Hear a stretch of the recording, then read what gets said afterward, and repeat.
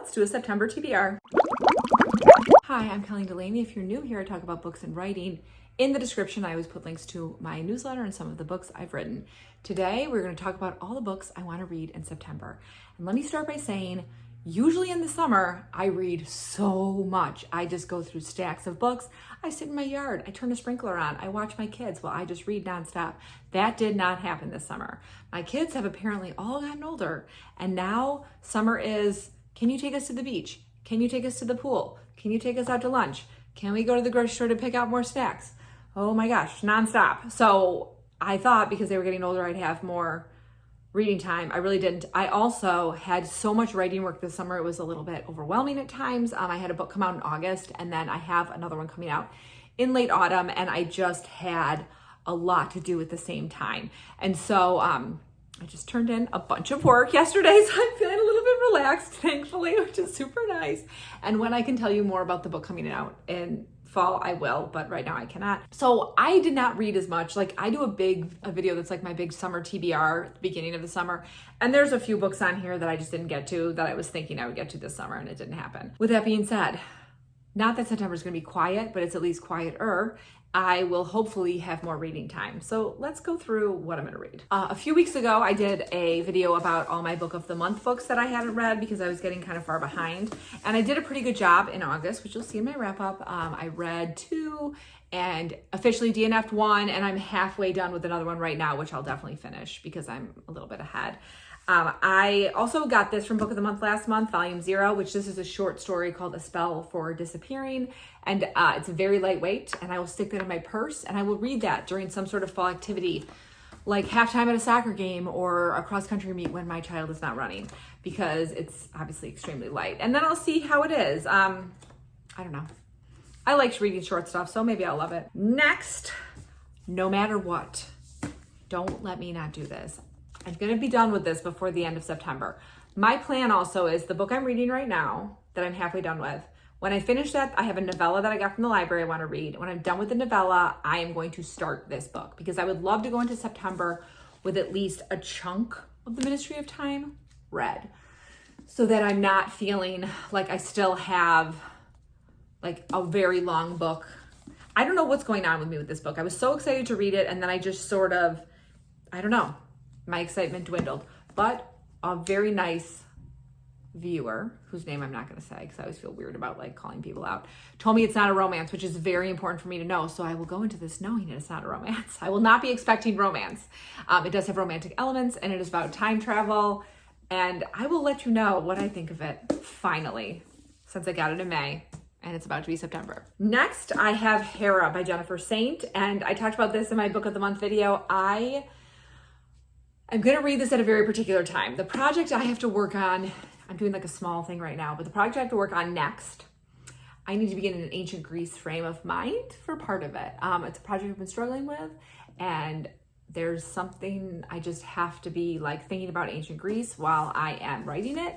And so I am going to read this while I am working on the portion of that story that I need to be in that frame of mind, which is such a weird thing to say. But so I think that I'm going to be working on that around mid-September. And so that's when I will be reading Hera. I'm very excited for it. I really love Jennifer Saint. Hera is like my least favorite goddess ever. So I can't wait to see if Jennifer Saint can make me fall in love with her, because I do think this is going to be definitely a, like, Hera as, like, she's going to be the main character and she's pretty much a victim, but she just goes about things weird. So I'm looking forward to it. I can't wait to read it. And then lastly in September, I really want to read A Sorceress Comes to Call by T. King Fisher. This is a retelling of the Brothers Grimm fairy tale Goose Girl. And I know it's got some witchy vibes. And honestly, I want to read it.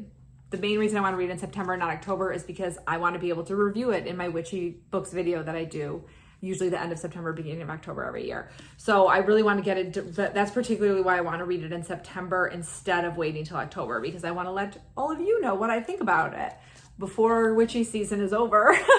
So, and also, isn't that cover like so September-y? I love the black with the gold.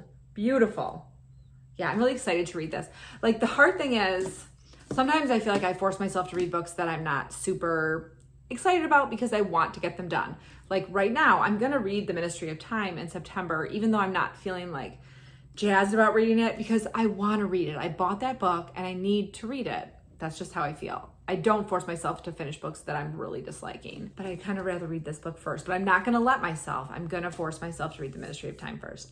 As I say this, you watch. I'm gonna be doing like a vlog in September. I'm gonna be like, so I skipped The Ministry of Time and read this. Because you know what? Future me does what she wants. Speaking of witchy books, I have The Witch of Wild Things by Raquel Vasquez Gilliland, something like that. Sorry that I'm just not good at pronouncing anything that I haven't heard say out loud. I brought this to Canada when I went there in June. And then I realized very quickly that there was no such thing as reading a hard book while sharing a hotel, or we were on a cruise for part of it and a hotel for part of it, room with my children. So I only read books on my Kindle because I could only read in the dark once they were asleep. But this seemed like a very fun, cozy, witchy, romantic story, which I love those and I write those. And so I was like, I'm gonna read this in September. Again, another one that I want to read September so that October I can let you know what I thought of it. But I think it'll be a fun, fast, cozy read. It's not very long. I'm looking forward to it. By the way, if you're looking for a fun, cozy, witchy read, you should really pick up The Hedge Witch by Colleen Delaney, aka me. We're gonna leave witches behind and instead go with mermaids. Ensnaring the Siren is the third book in the Haven Cove series by Desiree Nicolay, and this Called to the Deep and The Song of Lorelei were the first two, and I loved both of them. They take place in Maine, and I don't want to give away too much if you haven't read the beginning of the series, because there is like a big reveal in book 2, but mermaids are real. And they eat people. And they also sometimes fall in love with humans. And so Nereid, who is the main character, that's her, she's kind of a feral mermaid who we meet in the first 2 books. And she's very protective of her people and very protective of the environment she lives in. In this book, we're going to meet this shirtless, nice young man named Reed who works for the Coast Guard. And he and Nereid are going to have a relationship, and I'm looking forward to it. The first 2 books in the series had the best autumn vibes, and so I'm really looking forward to it. These books also skate the line of like horror. They have some eco horror in them, and like how pollution might be like changing the brain chemistry of people or things living within it. So I can't wait for that one. Looking forward to it. I feel like that cover model kind of looks like the actor, I'm not gonna remember his name now. He had a big glow up lately. He was in We're the Millers, and then he had a glow up. I don't remember that. Will Poulter, perhaps? Will Poulter. And then lastly, 2 books that I definitely thought I was going to read this summer, but didn't get a chance to. I have on my September TBR, and they are Carrie Soto is Back by Taylor Jenkins Reid. I always pick like 2 books to try to read in their entirety over Labor Day weekend. And I always say I'm going to do a Taylor Jenkins read, and then I almost never do. Like one year I got COVID, one year I just wasn't feeling it. So maybe this year will be the year I actually read my Taylor Jenkins read over Labor Day weekend. Once I read this one, I have finished the like connected, the Seven Husbands of Evelyn Hugo, the Malibu Rising, and then Carrie Soto's Back are all kind of connected. I can't remember if Daisy Jones is also connected to them or not. But those are the 3 I've already read, and this will be my 4th one. I know she has some other ones she wrote before Daisy Jones in the 6th, but I've mainly been reading these. I don't think she's had one come out since this. Correct me if I'm wrong. Maybe she has one coming out this year. I don't even know. I should check that, as I am the booktuber. But this is about tennis.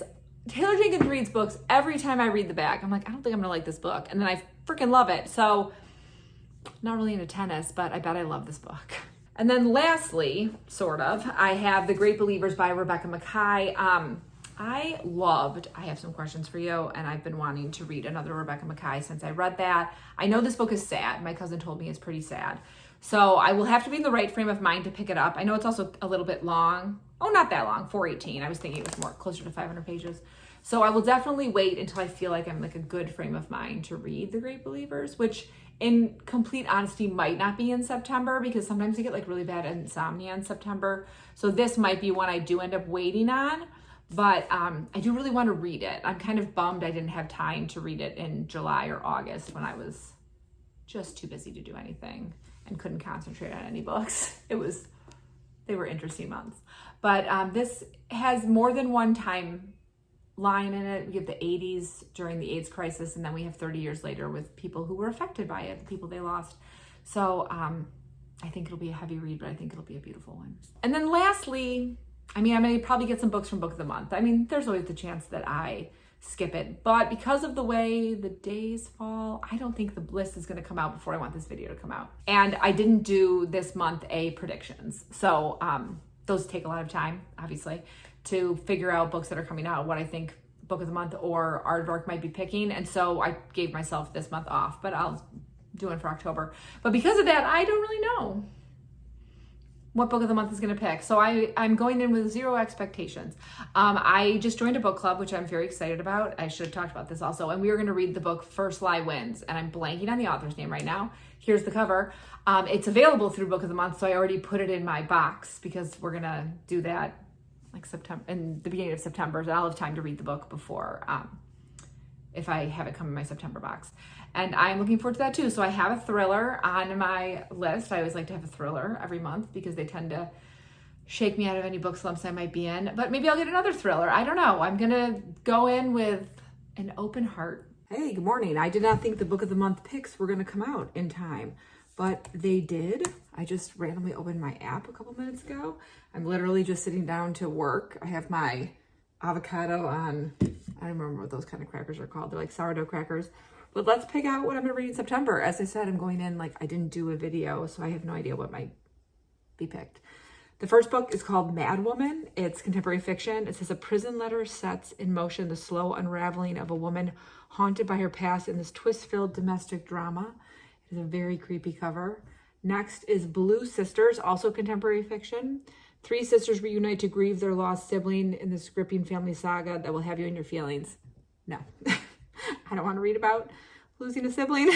Next is Phantasma by Kaylee Smith. It's paranormal romance. It says, welcome to Phantasma, a haunted mansion modeled on the 9 circles of hell, where falling in love poses fatal risks. I don't know. Next is a thriller called Sleep Tight by J.H. Markert. The lone survivor of a serial killer may hold the key to solving a new case when a copycat killer goes on the hunt. I'm not feeling great so far about these. Next is A Song to Drown Rivers by Anne Liang. It's historical fantasy. Beauty is a weapon in this epic story about a powerful girl who uses her wiles to act as a spy and seduce the king.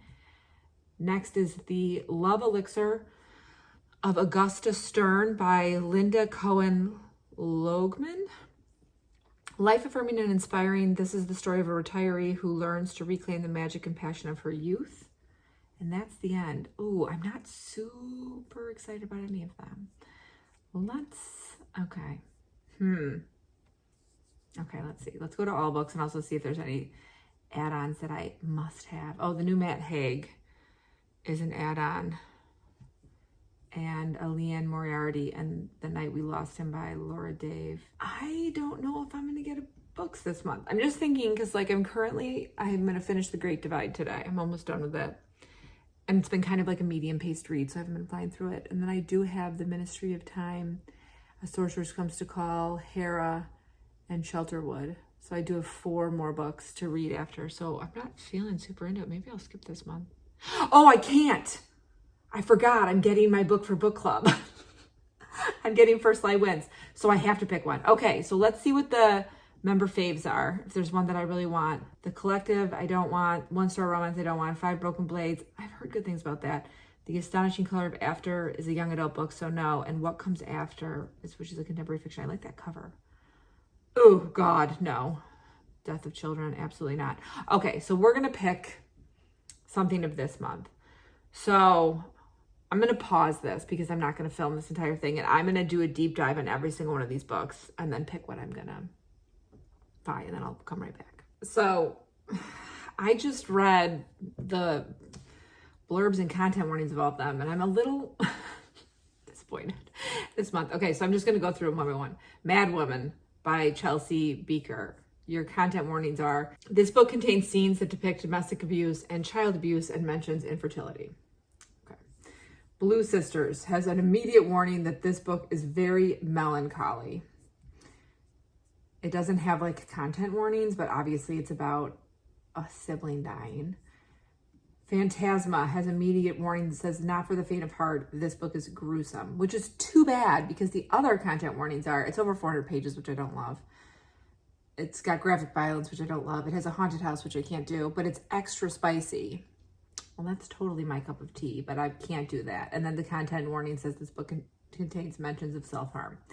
Then we go to Sleep Tight, the thriller, and our content warnings are, this book contains scenes that depict the death of children, sexual assault, and mentions of suicide.